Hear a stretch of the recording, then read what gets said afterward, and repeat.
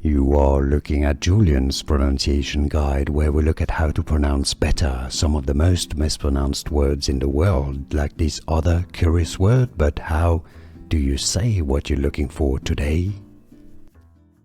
An interesting Italian word that's a food name. It's Italian for a shrimp or a prawn. That's actually the plural form because you've got an I at the end. We'll learn how to say it, the singular as well. Gamberi is how to say it, how the Italians would say it. Gamberi. The stress is on the first syllable.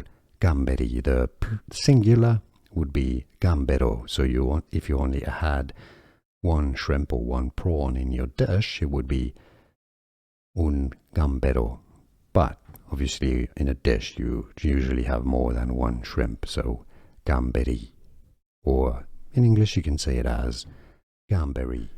Here are more videos on how to pronounce more confusing words and names too many mispronounced. Like this video if you found it useful. I appreciate your support. I'll see you soon and thanks for watching.